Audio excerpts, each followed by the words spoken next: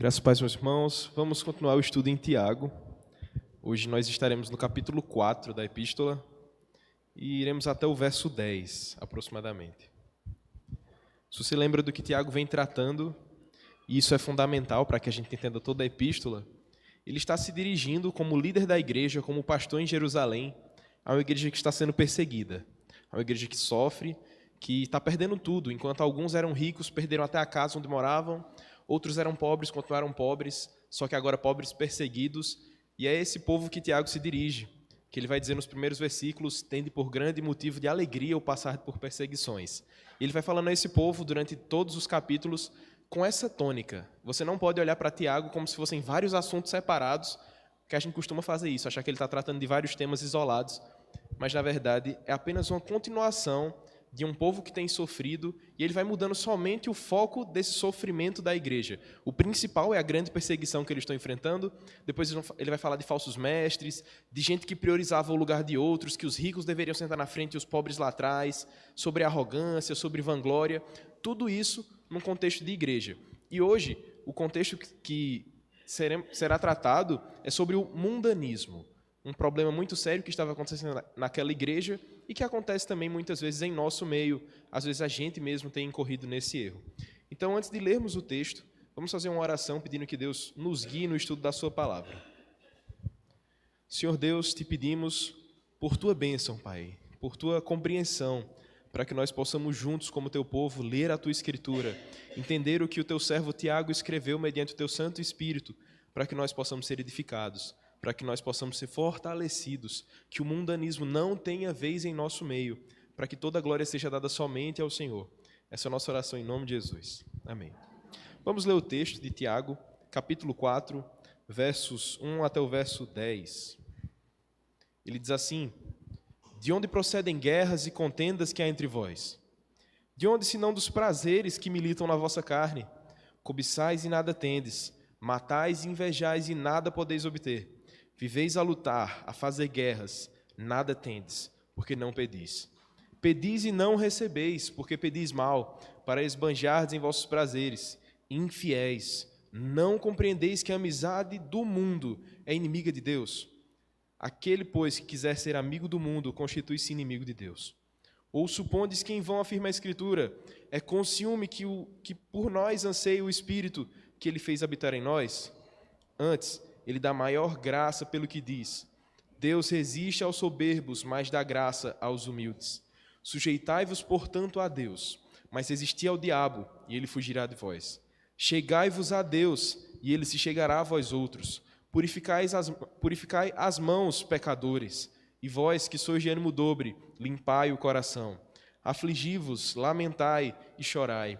Converta-se o vosso riso em pranto, e a vossa alegria em tristeza. Humilhai-vos na presença do Senhor, e ele vos exaltará.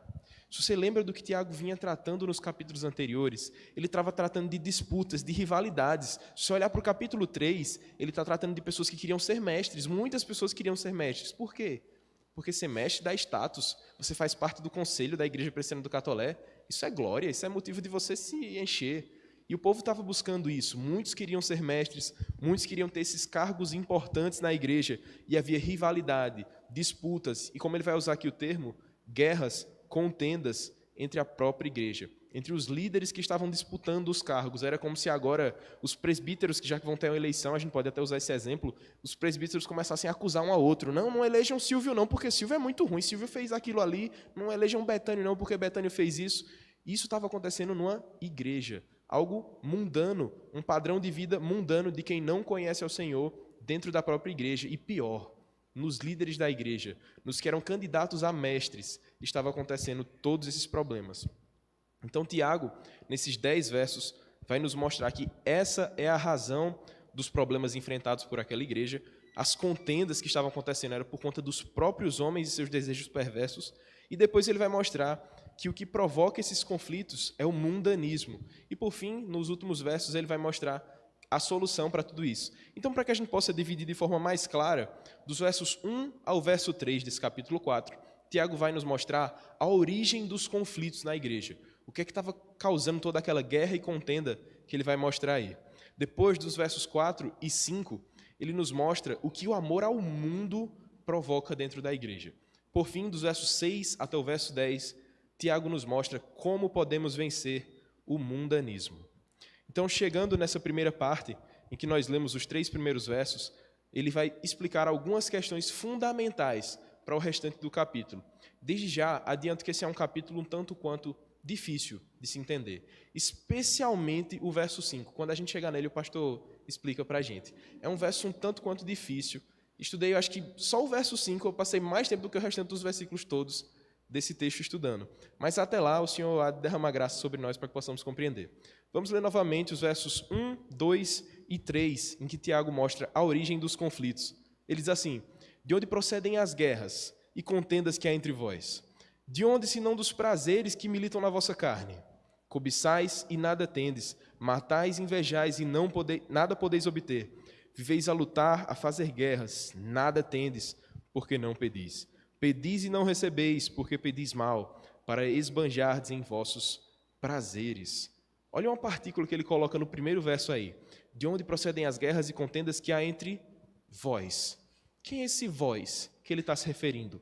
Se ele está falando vós e não nós, ele está se excluindo desse grupo de alguma forma.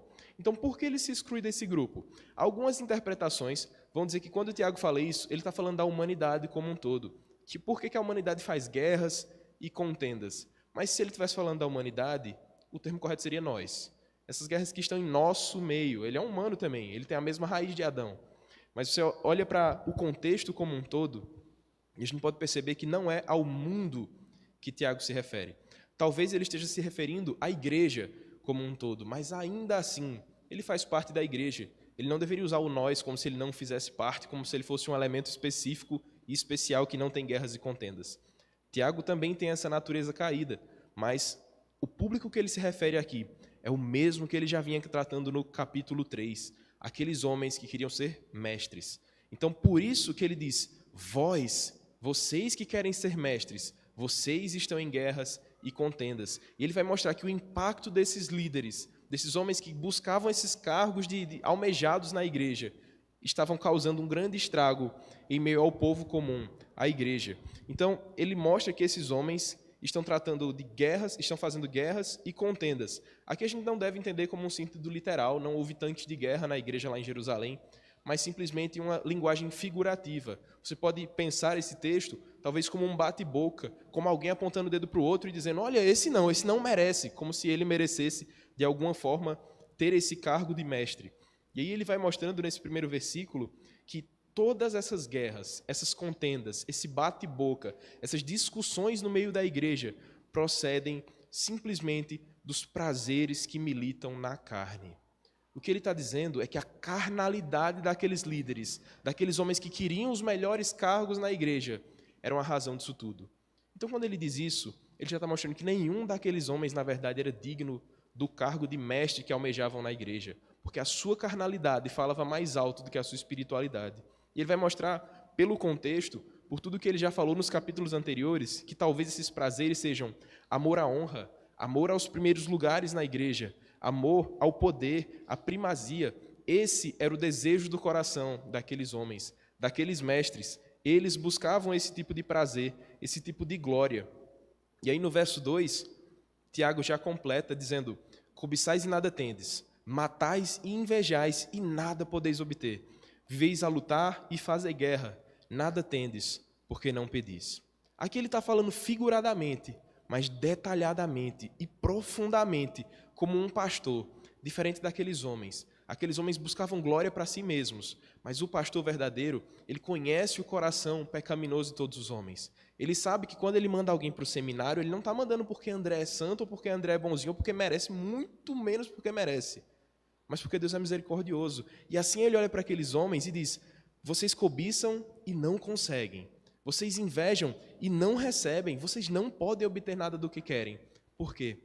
Porque vocês vivem lutando e fazendo guerras, como se fosse por algum mérito, algum merecimento, como se lá no passado o pastor Flauber foi ordenado porque alguém olhou para ele e disse: você vai ser um bom pastor porque você tem potencial. Não é por isso. O potencial que tinha no pastor Flauber se chama Santo Espírito, e ainda tem, pastor, não quis dizer que saiu não. isso não é mérito do pastor Flauber, é mérito do Senhor Jesus, o Espírito Santo sobre ele. E esses homens, eles não reconheciam isso. Eles pensavam que talvez por um bate-boca, mostrando que eu tenho um argumento melhor do que o seu, eu sou mais digno do ministério, eu sou mais digno de ser chamado mestre, e você não, que você é muito fraco. Tiago está mostrando, todos os homens são fracos. Vocês cobiçam e nada têm, vocês matam e invejam. Quando ele diz isso, ele está dizendo assim, vocês estão dispostos a matar e morrer pelo que vocês querem, mas vocês não pedem, vocês não têm porque vocês não pedem. O que ele está dizendo? Vocês fazem o que for preciso para ser mestres, menos se submeter ao Senhor, menos dobrar os joelhos diante do Senhor e reconhecer que é dele que vêm todas as bênçãos. É claro, meus irmãos, que Deus nos abençoa quando não pedimos. Eu tenho certeza que você já recebeu diversas bênçãos pelas quais você nunca nem orou. Isso é dádiva do Senhor, é graça do Senhor. Ele derrama a sua graça sobre nós e nós recebemos infinitas bênçãos, incontáveis bênçãos pelas quais nem oramos. Mas o meio comum, via de regra, é pela oração que o Senhor abençoa o seu povo. É quando nós oramos pedindo, Senhor, capacita os nossos líderes, que Ele derrama a sua graça. É quando nós pedimos, Senhor, multiplica as finanças da nossa igreja para que a gente não passe um aperto, que o Senhor abre sua mão generosa e nos abençoa. É pela oração, o caminho padrão, que o Senhor abençoa os seus filhos. Lembremos disso, para que não sejamos como esses mestres que não pedem. E aí você pode se perguntar, quando ele diz assim, nada tendes porque não pedis. Por que aqueles mestres não pediam? Os estudiosos desse texto elencam algumas possibilidades. A primeira possibilidade é porque talvez eles já soubessem que eles estavam em pecado. E quando você está em pecado, você não tem muita coragem de chegar para o Senhor e dizer, ei, Senhor, por favor, deixa eu ser o mestre na tua igreja, deixa eu ser um líder na tua igreja, porque você sabe as suas intenções do coração. E outra teoria sobre esse texto é que talvez eles não orassem mesmo. Era um povo vazio de oração, que não buscava ao Senhor. Então, mesmo que eles orassem, mesmo que eles pedissem, o Senhor não os daria o que eles queriam, porque eles queriam para a sua própria glória. Isso, Tiago vai mostrar também no verso 3, pedis e não recebeis, porque pedis mal, para esbanjardes em vossos prazeres. Ele está mostrando aqui no verso 3 que a oração não é uma fórmula mágica. Você apresentou o seu pedido a Deus e Ele agora botou na lista e vai te dar em algum momento.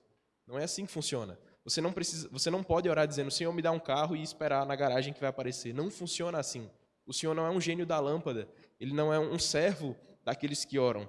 Muito pelo contrário. João Calvino ele diz assim, pedir mal é orar com o pensamento de que Deus é um mordomo de prazeres, atendendo e obedecendo ao pedido dos seus patrões. Aqueles homens estavam tratando Deus dessa forma. Eles olhavam para Deus como um patrão. Quando eu peço alguma coisa ao Senhor, eu peço que o Senhor me dê porque eu mereço. O Senhor tem que me dar. Eu já orei pedindo, então o Senhor está me devendo um cargo na igreja. O Senhor está me devendo um cargo de líder aqui na igreja. E não é assim que funciona. A oração, na verdade, como disse um grande pastor presbiteriano, tem 4 respostas. A primeira resposta da oração é o sim. É normalmente a que a gente mais gosta de ouvir. A segunda resposta de Deus na oração é o não. É aquela que a gente não gosta muito de ouvir, mas que tanto nos abençoa quando o Senhor fala não à nossa oração. Quando Ele diz não àquele nosso pedido, Ele também está cuidando de nós. A terceira resposta de oração que o Senhor nos dá é o agora não. É a oração que o Senhor vê que nós ainda não estamos prontos para aquilo que pedimos. Talvez que você olhou lá atrás e pediu, Senhor, eu preciso desse emprego agora. E o Senhor disse, você não precisa agora. Você precisa de mim agora. E Ele assim vai tratando o nosso coração nesse agora não. E a última resposta, e aqui eu espero que a gente não ouça muito, é quando Deus diz assim, você só pode estar de brincadeira. E era essa oração que aqueles homens estavam fazendo. Eles pediam a Deus, Deus, eu preciso de um cargo. Deus dizia, você só pode estar de brincadeira. Eu conheço o seu coração. Eu sei para que você quer esse cargo. Você quer os primeiros lugares, você quer honra, você quer glória. Você não ama a igreja como eu amei a igreja. E essa é a oração, essa é a resposta de oração que a gente deve fugir de ouvir. As nossas orações, às vezes, também são assim. A gente ora de alguma forma que o Senhor olha para a gente e diz, você só pode estar brincando. Você não está pedindo isso de verdade. Que nossas orações sejam conscientes, orações que buscam a vontade do Senhor, que se contentam em agradar ao Senhor com os nossos pedidos. E assim, a gente encerra essa primeira parte, em que Tiago vai mostrar a raiz de tudo isso, o que tem causado tantos conflitos na igreja. Ele mostra que as guerras e contendas são causadas por amores carnais, por paixões carnais, e, em segundo lugar, por essa falta de espiritualidade. Esses líderes que estavam sendo muito rasos, buscando tudo para a sua glória. Agora, nos versos 4 e 5, Tiago nos mostra o que o amor ao mundo provoca em meio à igreja. Olha para o verso 4. Ele diz assim: infiéis, não compreendeis que a amizade do mundo é inimiga de Deus? Aquele, pois, que quiser ser amigo do mundo, constitui-se inimigo de Deus. Ou supondes que em vão afirma a Escritura: é com ciúme que por nós anseia o Espírito que ele fez habitar em nós. Veja que texto difícil. Ele parece até um pouco desconexo se você olhar todo o contexto, especialmente esse verso 5. Mas no verso 4, Tiago começa com uma pontada assim no coração daqueles homens, os chamando de infiéis. Aqueles homens que almejavam os cargos de liderança, que queriam ser presbíteros, líderes na igreja, mestres, ele os chama de infiéis. Ele usa um termo muito duro para frear definitivamente aqueles homens. Vocês não são dignos do cargo de mestre, porque vocês são infiéis. Misericórdia, se nós fôssemos chamados de infiéis também. Aqui a analogia é muito clara. Ele está fazendo a imagem do casamento, daquele homem que pula a cerca, que trai o seu cônjuge. Ele está fazendo essa mesma analogia com os mestres da igreja, com os presbíteros, os homens que queriam os cargos de liderança na igreja, dizendo: vocês são infiéis, vocês trocaram a noiva do Senhor, a igreja, a glória que era somente do Senhor, por glória própria. Vocês buscaram o nome de vocês e não a glória ao Senhor. João Calvino ele diz que aqui é uma analogia ao que está no livro de Oséias. Se você lembra a história de Oséias, é uma história muito dura, muito forte, que também fala sobre isso. Oséias é chamado a casar com uma mulher adúltera. Ele outra vez ama aquela mulher e cuida daquela mulher, de sua família, dos seus filhos que nascem daquele casamento. E no final das contas, era o próprio Deus ilustrando o seu amor por Israel, ilustrando o seu amor pela igreja. O Deus fiel demonstrando o seu amor por um povo infiel.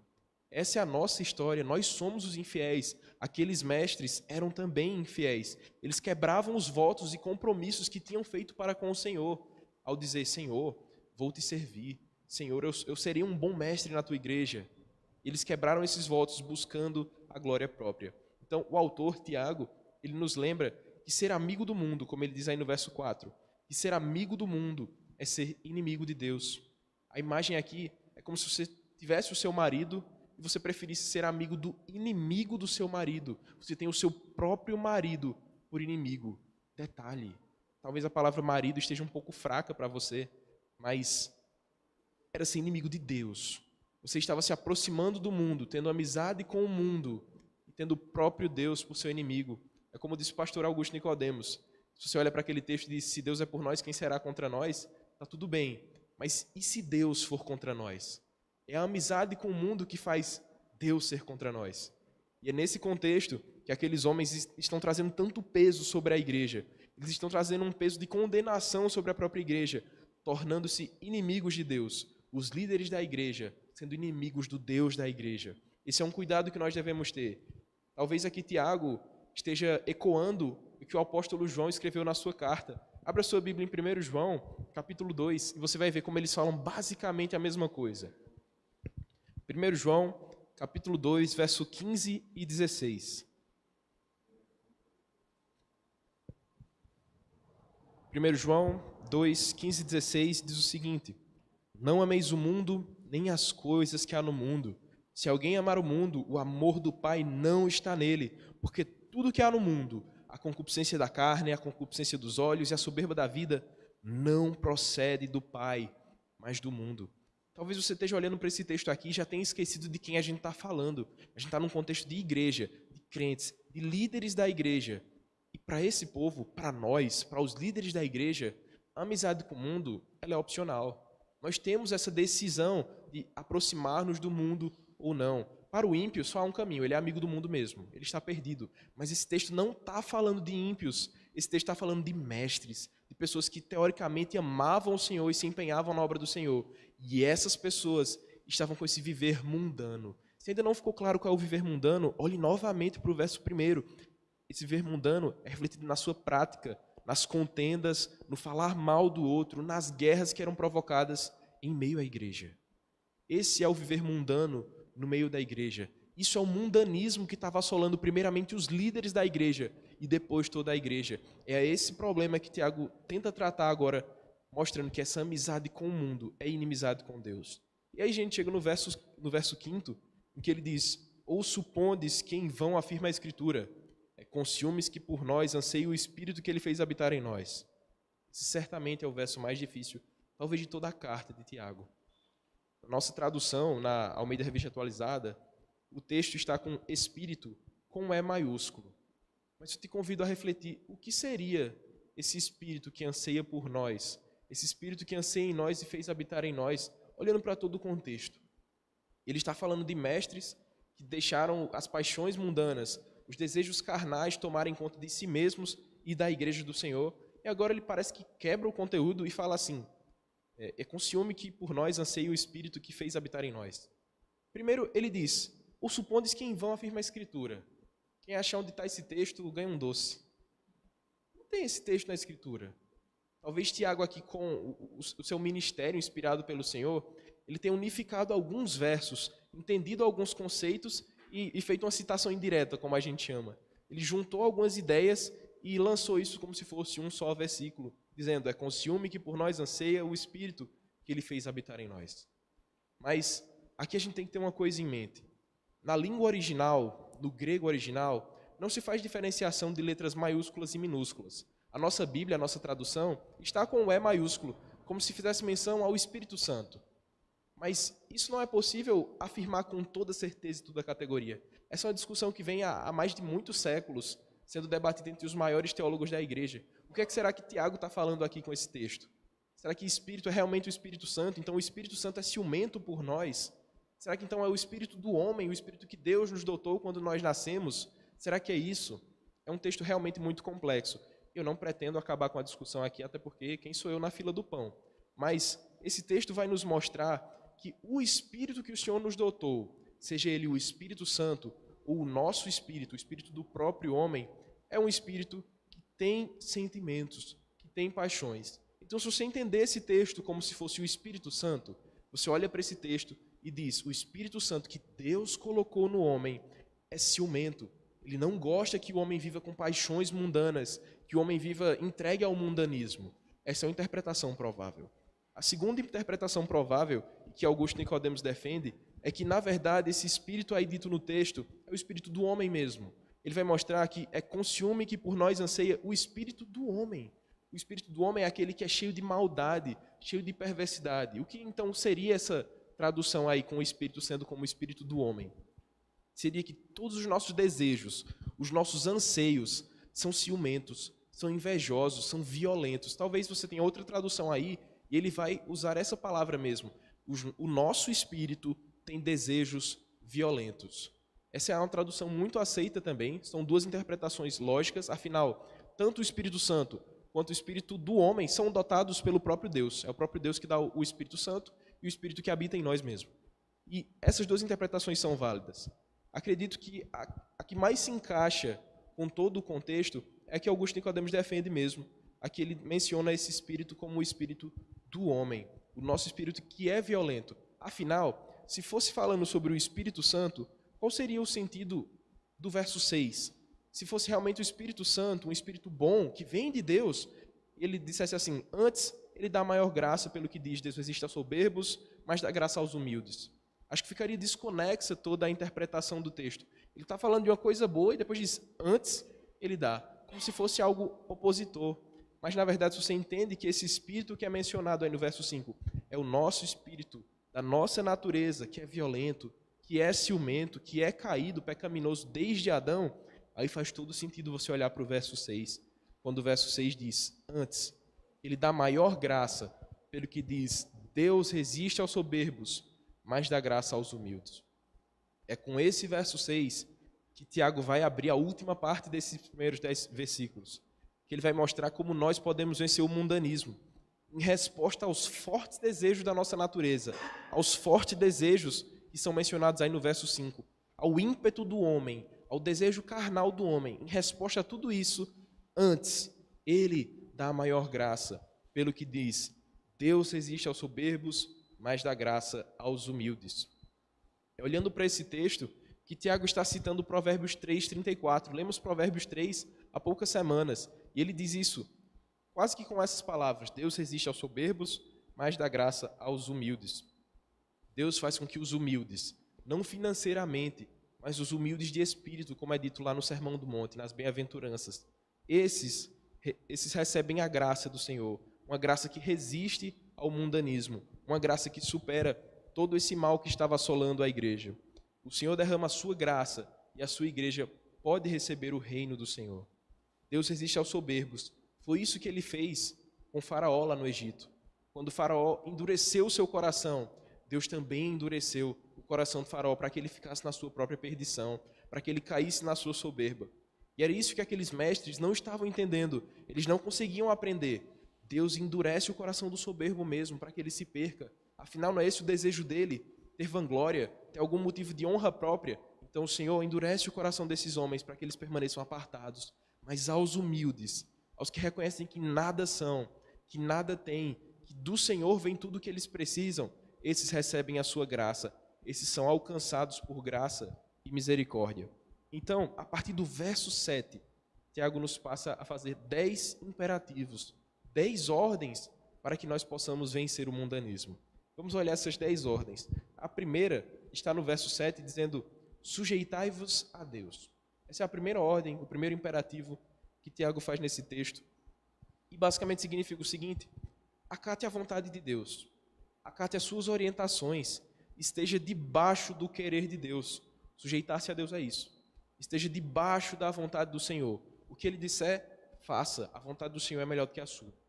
É a primeira fórmula para vencer o mundanismo. Seriam os 10 passos para vencer o mundanismo. O segundo passo seria resistir ao diabo. E o que isso quer dizer? Se você olhar para o verso anterior novamente, ele diz: Deus resiste aos soberbos, mas dá graça aos humildes. Agora você aplica a esse resistir ao diabo com a graça que o Senhor te dá. Você pode resistir ao diabo como ele resiste aos soberbos, como o próprio Deus resiste aos soberbos. Somente sujeitando-nos ao Senhor, somente buscando viver debaixo da vontade do Senhor, nós podemos resistir ao diabo. Sem isso, você pode até fingir que tem muita espiritualidade. Sem você obedecer ao Senhor, você pode fingir que é muito crente, que é um super crente. Mas em algum momento, as setas inflamadas do diabo certamente te derrubarão. Mas aquele que está afirmado no Senhor, aquele que está sujeito à sua vontade, esse certamente resiste às ciladas do inimigo. Ele resiste ao diabo. E aqui a gente pode pensar no que tanto se propaga no meio neopentecostal. Eu já participei de igrejas neopentecostais em que muito se ouvia sobre: declare a sua vitória sobre o inimigo, pise na cabeça do diabo, amarre Satanás, faça qualquer coisa desse tipo, como se de nós viesse alguma força, como se o homem tivesse algum potencial para vencer o inimigo por suas próprias forças. Mas não é assim. O texto é muito claro. Sujeite-se a Deus, em primeiro lugar. Depois, em segundo lugar, você pode resistir ao diabo. Porque você está debaixo da graça do Senhor. Porque você está debaixo da vontade do Senhor.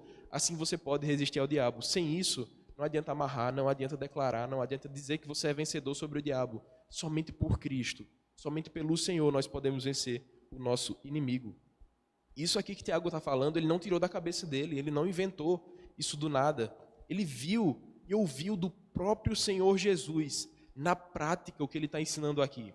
Sujeitando-se a Deus, o nosso Senhor Jesus Cristo, após ser batizado, foi levado pelo Espírito Santo a ser tentado pelo próprio Satanás durante vários dias. Muitos dias e muitas noites no deserto, o Senhor Jesus foi tentado. E tudo que Satanás lhe oferecia, poder, glória, honra, as nações, o próprio Senhor Jesus respondia: está escrito, pela palavra. Estando debaixo da vontade do Senhor, o Senhor Jesus resistiu às ciladas do diabo. Então, em Lucas 4,13, é de onde Tiago tira essa ideia de que, sujeitando-se a Deus, podemos resistir ao diabo. E então nós chegamos ao verso 8. Sim, o resultado disso, no verso 7, né, é que ele fugirá de vós. Ele baterá em retirada. Ele não permanecerá diante daqueles que servem ao Senhor, que resistem às tentações do inimigo pela vontade do Senhor. E aí nós chegamos no verso 8, em que ele diz: chegai-vos a Deus e ele se chegará a vós. Purificai as mãos, pecadores, e vós que sois de ânimo dobre, limpai o coração. Essa é a terceira ordem que ele vai dar para aquela igreja, para aqueles mestres. Chegai-vos a Deus. Sabe o que isso pressupõe? Que eles estão distantes do Senhor. Os mestres da igreja estavam longe do Senhor. Eles estavam distantes de Deus. Então, para que você possa vencer tudo isso, vencer o mundanismo, para que você possa ser um mestre segundo o coração de Deus, chegue-se ao Senhor. Esteja mais perto do Senhor. O que isso quer dizer para nós? É simplesmente andar em direção ao Senhor? Isso não faz muito sentido se eu simplesmente dissesse, irmãos, a lição de hoje é cheguem-se a Deus. Vocês vão sair para casa se perguntando, talvez, como? O que Tiago não deixa claro aqui, mas nesse texto, mas em outros muitos textos, é chegar-se a Deus, aproximar-se de Deus, é renunciar a si mesmo, é renunciar à glória dos primeiros lugares, é olhar para os homens do modo que o Senhor olhou, é diminuir a cobiça, diminuir as paixões mundanas, mudar atitudes, para que nós possamos de fato viver como quem ama ao Senhor. É reconhecer que a primazia, o poder, a honra e a glória são somente do Senhor, e não por ser mestre, pastor da igreja. Nada disso traz honra para o homem, mas ser chamado de servo do Senhor, ser amado por Deus, isso é motivo de alegria, isso é motivo de encher o nosso coração, isso é satisfação para aquele que ama a Deus. Então quando ele diz, chegai-vos a Deus, ele está querendo trazer essa ideia que ele já apresentou no capítulo 1, 2 e 3, dizendo, busquem a Deus em oração, em vida espiritual. E agora ainda no verso 8, ele vem para o quarto imperativo, dizendo, purificai as mãos. E ele não somente diz purificai as mãos, ele diz pecadores. Talvez esse seja o único momento nessa carta em que Tiago é tão claro. Ele também disse infiéis, outro termo muito duro, e agora ele chama de pecadores aos mestres da igreja. Quando ele esfrega esse pecado na cara deles, ele está lembrando que aqueles homens estavam incorrendo em um pecado explícito. Toda a igreja estava vendo o que os mestres da igreja estavam fazendo. Toda a igreja estava diante daquela guerra que estava acontecendo, das contendas, do bate-boca entre as pessoas que diziam, eu sou bom, eu sou digno de estar no púlpito. Aquelas pessoas, os líderes, eles precisavam purificar as mãos. Quando o Tiago está falando disso, ele está remetendo à tradução judaica, que eles conheciam muito bem, do lavar as mãos, da purificação, mas não era disso que ele estava falando. Aqui é um sentido figurado novamente, que Tiago está conclamando aqueles homens a lavarem suas mãos no sangue de Cristo, não como algo cerimonial, mas viverem em pureza, viverem em santidade, limpar as mãos de todo o pecado. É como diz em 1 João novamente, no capítulo 2, no verso 7, o sangue de Jesus nos purifica de todo o pecado. É isso que Tiago está tentando fazer aqueles mestres lembrarem. Somente pelo sangue de Jesus, nós pecadores, podemos ter mãos limpas. Porque se em algum momento nós viemos aqui para esse púlpito, por nossa força, achando que é por nosso intelecto, certamente nossas mãos vieram sujas. Mas quando pelo sangue de Cristo, quando pela graça do Senhor nós chegamos a esse púlpito, reconhecemos que não somos dignos, aí sim, nós estamos com mãos puras diante do Senhor. E Tiago completa esse verso 8, falando, e vós que sois de ânimo dobre, limpai o coração. Se você lembra, ânimo dobre é um termo que ele usou lá no capítulo 1, quando ele chama os homens de inconstantes, de incrédulos. Eles estavam passando por provações, por aflição, por tentações e perseguições. E Tiago disse, suportem isso tudo com alegria. Peçam a Deus que Ele dará sabedoria, mas não peçam sem fé, peçam com fé, sem nada duvidar. Porque aquele que duvida é semelhante às ondas do mar, que vêm e voltam, é um homem de ânimo dobre. É isso que ele está mostrando aqui novamente, ele retrata novamente esse conceito, homens de ânimo dobre, para dizer, vocês que são inconstantes, que uma hora amam ao Senhor, que dizem que confiam em Deus, mas que confiam puxando assim, eu não confio tanto, eu não tenho tanta fé, eu acho que o Senhor não vai fazer. Vocês que são assim, limpem o coração. E aí ele manda eles embora novamente, né? Pessoal, vão embora, limpem o coração, vocês já sabem como fazer. Tiago aqui está recobrando novamente esse conceito de que incredulidade, que desconfiança no Senhor suja o nosso coração. E como é que você limpa o coração que está sujo por incredulidade, por desconfiança? Com confiança, com a firme atitude de buscar ao Senhor, mesmo quando todas as coisas estão contrárias. Se você permanece firme no Senhor, assim você está limpando o seu coração que já foi lavado por Cristo. Você está mantendo o seu coração limpo. Quando você toma uma decisão na fé, obedece ao Senhor, renuncia todo o mundanismo. Assim você mantém o seu coração limpo. E então chegamos ao verso 9, em que ele dá mais algumas ordens, alguns imperativos, e diz, primeiramente, o sexto imperativo, afligi-vos. Ele diz que é preciso ter uma interna contrição, afligir a sua alma, entristecer-se pelos pecados cometidos diante de Deus. Sabe o que isso significa? Que aqueles homens, os mestres, que faziam tudo isso aos olhos da igreja e aos olhos do Senhor, não estavam aflitos. Para eles estava tudo bem. Um bate-boca entre presbíteros, aqueles que queriam os cargos de mestre, é super normal. Vamos brigar mesmo aqui. Quem vencer, quem for o melhor gladiador, é digno da eleição que acontecerá em breve. Não era isso que devia acontecer. Eles deviam estar aflitos, porque diante da igreja, de uma igreja que já estava sofrendo perseguições, os irmãos que eram ricos estavam pobres, os pobres estavam mais pobres, e os homens brigando por cargos. É diante disso que Tiago diz, afligi-vos, chorem por seus pecados. E ele vai inclusive usar o termo chorai, mas antes ele diz, a sua sétima ordem é lamentai. No Antigo Testamento, o termo lamentar era muito pesado. Talvez você lembre de muitos locais da Bíblia em que os homens rasgavam suas vestes, raspavam seus cabelos, vestiam roupas de pano de saco e cinza. Isso era lamentar no Antigo Testamento. Era uma tristeza tão profunda que você se sentiu mais indigno dos homens. Outro momento em que há lamento no Antigo Testamento é no Salmo 51. Se você lembra do rei Davi, após aquela traição, após aquele adultério e assassinato, ele, que é repreendido pelo profeta Natã, no capítulo 51 ele vai dizer, contra ti, Senhor, contra ti somente pequei e fiz o que é mal diante dos teus olhos. Davi não é bobo, ele sabe que ele pecou contra Urias também. Ele sabe que pecou contra Batseba. Mas principalmente contra o Senhor. Contra ti somente. O que ele está dizendo com isso? É enfatizando que apesar do pecado contra os homens, muito pior foi o pecado contra o próprio Deus. Esse é um lamento verdadeiro. É se humilhar diante de Deus. Assim aqueles mestres deveriam fazer. Assim nós também devemos fazer. Quando estamos com mãos impuras diante do Senhor, quando diante do Senhor apresentamos o nosso coração sujo, como se tivéssemos alguma glória, como se tivéssemos algum motivo de estar aqui por merecimento. O Senhor é o único digno. Isso deve ser o nosso conhecimento. A gente deve se humilhar diante do Senhor, afligir-vos por nosso pecado, lamentar por nosso pecado. Como diz Joel no capítulo 2, verso 13, rasgai o vosso coração e não as vossas vestes. A gente não rasga mais as roupas e raspa os cabelos como sinal de lamento, mas a gente rasga o nosso coração, porque nós pecamos, mesmo conscientes. Esse texto é para os crentes. Os crentes são conscientes do seu pecado. Você não peca e diz, é porque eu não sabia. Tiago está se referindo à igreja, aos líderes da igreja. Nós sabemos o que é pecado. E quando nós pecamos, não adianta rasgar mais as roupas, ou raspar os cabelos, mas somente o coração. Dobrar os joelhos diante do Senhor e dizer, Senhor, pequei contra ti, fiz o que é mal.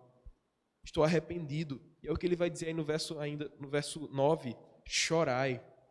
O choro indica um grande pesar. O choro não era algo muito comum, não era um povo muito emotivo. Ali o povo que Tiago estava se dirigindo. Mas uma dor tão grande quanto pecar contra o Deus que é santo, santo, santo, é digna de choro. Quando aqueles homens que estavam diante da igreja, os líderes da igreja, são pegos em um pecado explícito, a única reação que eles devem ter é chorar. E talvez aqui esse chorar seja público também. Assim como o seu pecado, os dos líderes ali da igreja eram públicos, eles deviam diante da igreja chorar, pedindo perdão ao Senhor e a tantas ovelhas que lhes deram mau exemplo. Assim também deve ser com os nossos líderes. Pela graça do Senhor, nós temos homens piedosos em nosso conselho, nossos pastores, mas se algum deles fosse pego em pecado flagrante, essa também devia ser a reação deles. Afligir-vos por seu pecado, lamentar e chorar diante da igreja, diante do Senhor, clamando por misericórdia e perdão. E aí ele chega à nona ordem que ele vai dar àqueles homens. Ele diz, converta-se o vosso riso em pranto e a vossa alegria em tristeza. Sabe o que isso quer dizer? É que diante daquilo tudo, eles estavam alegres. Eles estavam sorrindo, como se nada tivesse acontecendo. Está muito lindo. Eu ganhei o debate hoje. Eu humilhei o outro candidato. Eu humilhei aquele que quer ser mestre, porque eu sou muito melhor do que ele. Então eu estou com um sorriso no rosto. Porque eu fiz isso em público, diante da igreja. Agora a igreja sabe que eu sou bom e ele é fraco. Aqueles homens achavam que isso era nobre. Eles tinham isso como motivo de alegria. E Tiago diz, converta-se o vosso riso em pranto. Esse riso que você tem no rosto devia ser lágrimas caindo dos seus olhos, porque diante da igreja do Senhor, você buscou se exaltar. É basicamente isso que ele está dizendo, e ele não tira isso novamente da sua cabeça. Ele lembra do que é dito lá no Evangelho de Lucas, quando você tem o exemplo de 2 homens orando. E um deles diz: Senhor, eu sou muito bom, eu sou digno do Senhor, eu mereço as tuas misericórdias, eu faço tudo certinho. E tem outro homem que na mesma situação diz: Senhor, eu estou de cabeça baixa, porque eu não sou nem digno de levantar os olhos aos céus. Ser propício a mim, pecador. Essa deve ser a nossa oração também. A gente não deve estar diante do Senhor com riso, diante dos nossos pecados, como se a gente estivesse totalmente limpo. Nós somos pecadores. E Tiago está nos lembrando isso. O nosso pecado nos dá somente uma reação: abaixe sua cabeça. Clame ao Senhor por misericórdia. O riso que você tem no rosto pode ser feliz. Eu não estou dizendo que é para a igreja ser triste.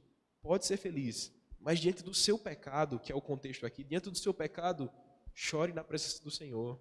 Não finja que não tem nada acontecendo. O seu pecado é contra o Deus que é santo, santo, santo. Os nossos pecados, eles foram tomados por Cristo Jesus. Ele suportou num curto período de tempo a provação que para nós seria eterna.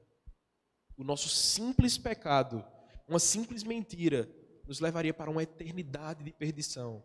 Uma eternidade no inferno, sendo condenados, julgados imerecidamente. Nós merecemos tudo isso.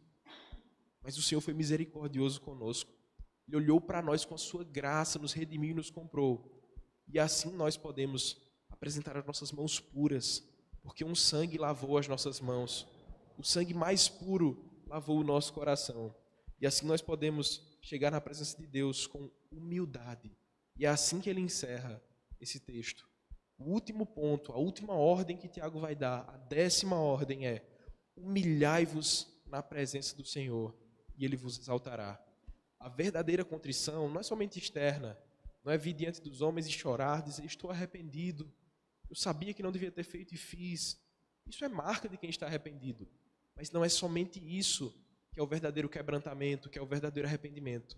O verdadeiro arrependimento é: humilhai-vos na presença do Senhor. Sem isso, o resto é teatro. Sem isso, o resto é fingimento. Aquele que está arrependido verdadeiramente, aquele que reconhece que pecou, humilhe-se na presença do Senhor.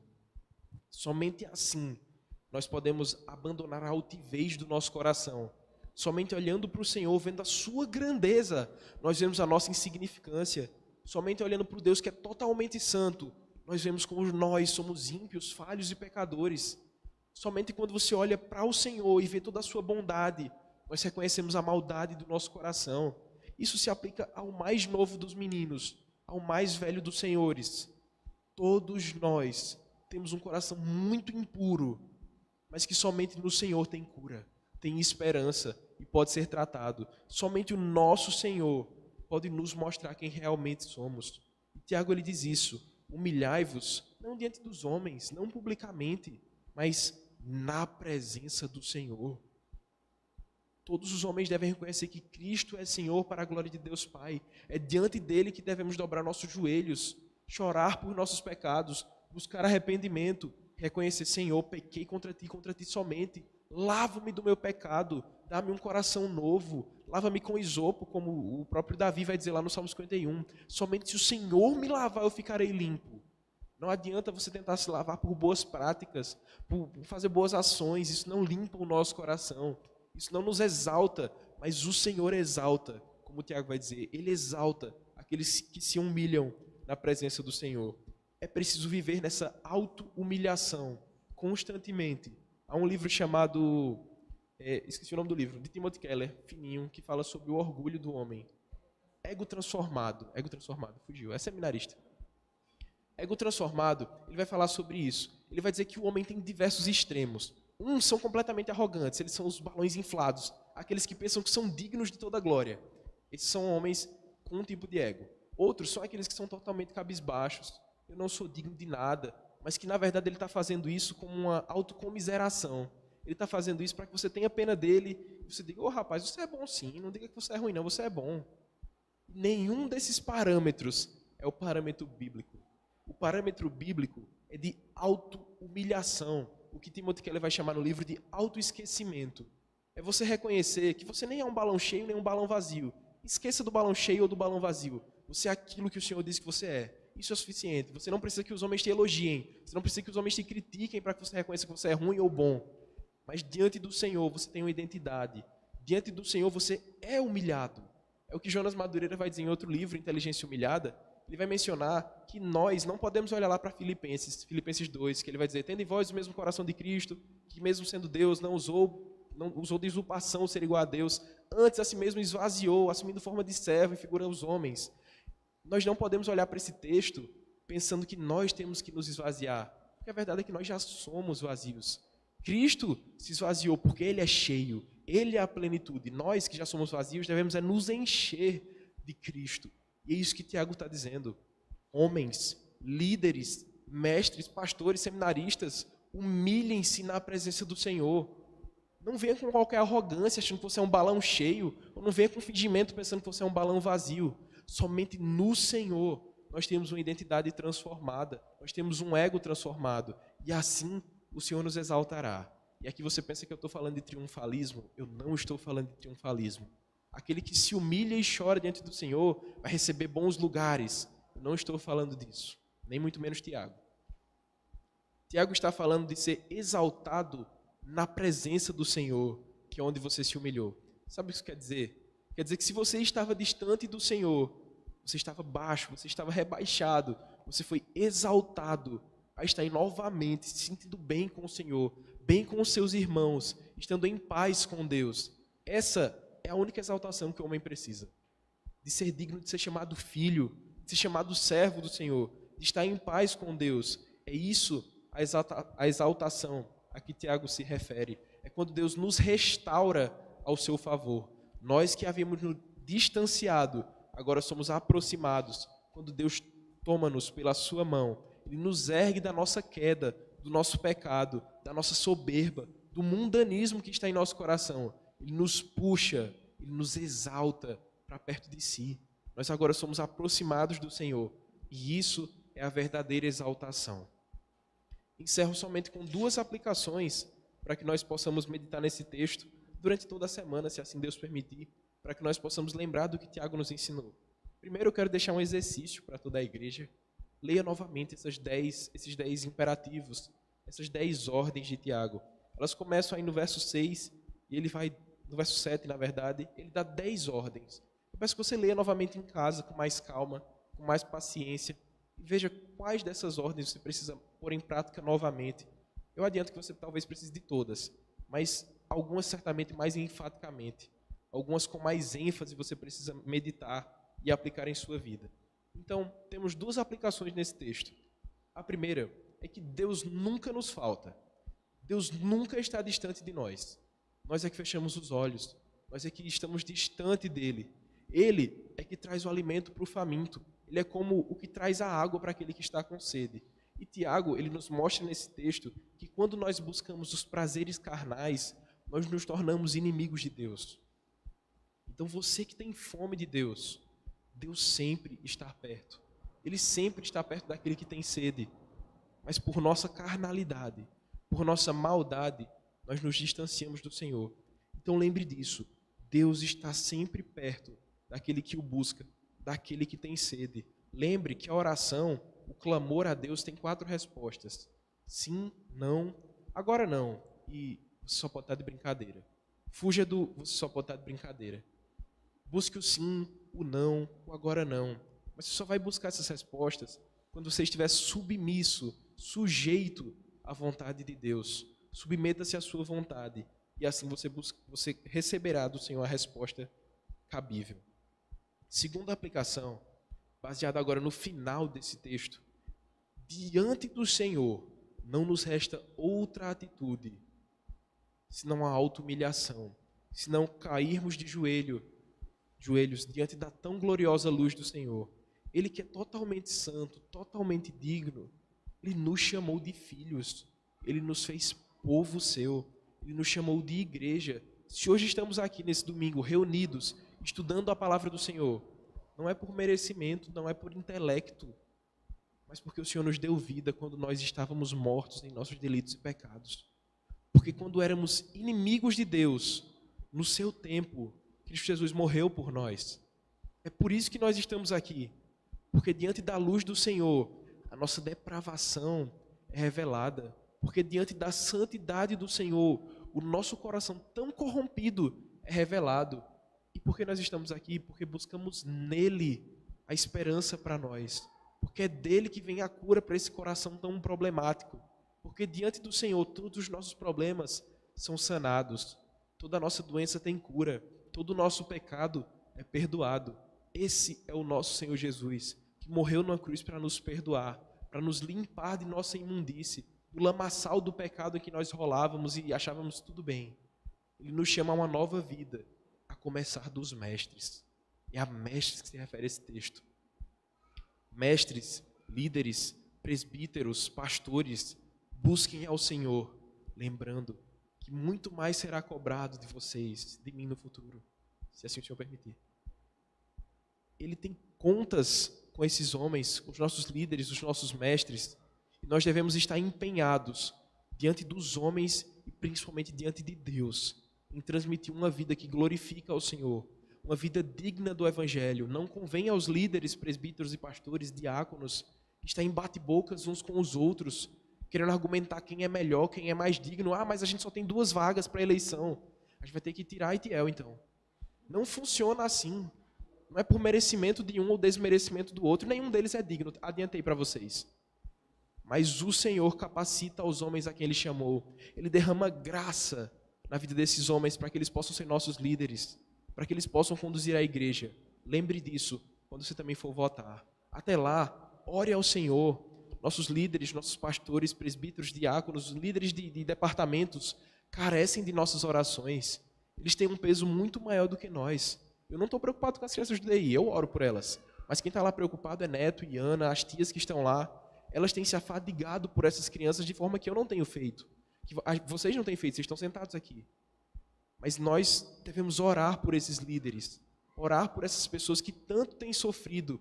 É isso que Tiago vem nos ensinar. Ele diz, por que vocês não recebem? Porque não pedem. Então peçamos a graça do Senhor sobre nossos líderes, sobre nossos coordenadores, presbíteros e pastores, para que o Senhor os agracie, para que eles possam ser cada vez mais usados pelo Senhor. Amém? Vamos orar encerrando. Senhor Deus, graças te damos, porque essa é a tua palavra, porque o Senhor é Deus muito gracioso, muito bondoso, que mesmo vendo o nosso coração, vendo o nosso pecado, a nossa iniquidade, a nossa impiedade, ainda assim o Senhor enviou o seu Filho para morrer em nosso lugar. Ainda assim o Senhor estabeleceu essa igreja, estabeleceu esse povo, esse pequeno grupo que se reúne aqui, o teu rebanho, a tua igreja, e o Senhor assim tem cuidado. Te pedimos, Senhor, que a tua graça seja com nossos mestres, que nossos mestres jamais se pareçam com esses homens que o Senhor tem mencionado aqui no livro de Tiago. Que nossa igreja, os nossos mestres, nossos líderes possam ser semelhantes a Cristo. Que eles reflitam a sua graça no seu cotidiano. Que na sua vida comum, na sua vida prática, em seus lares, eles sejam tipos de Cristo. Para que aqui na igreja, nós, como ovelhas, possamos olhar para eles e reconhecer. São líderes segundo o coração do Senhor. Te pedimos da mesma forma sobre nós, a tua igreja, ovelhas comuns. Que o Senhor derrame a tua graça sobre nós, para que não haja em nosso meio guerras e contendas, mas que possamos sujeitar-nos ao Senhor e resistir ao diabo, que possamos humilhar-nos na tua presença, para que o Senhor nos exalte na tua presença, para que possamos ter comunhão contigo, ter uma vida edificada, uma vida espiritual, que é alimentada pelo Senhor. Essa é a nossa oração, em nome de Jesus. Amém.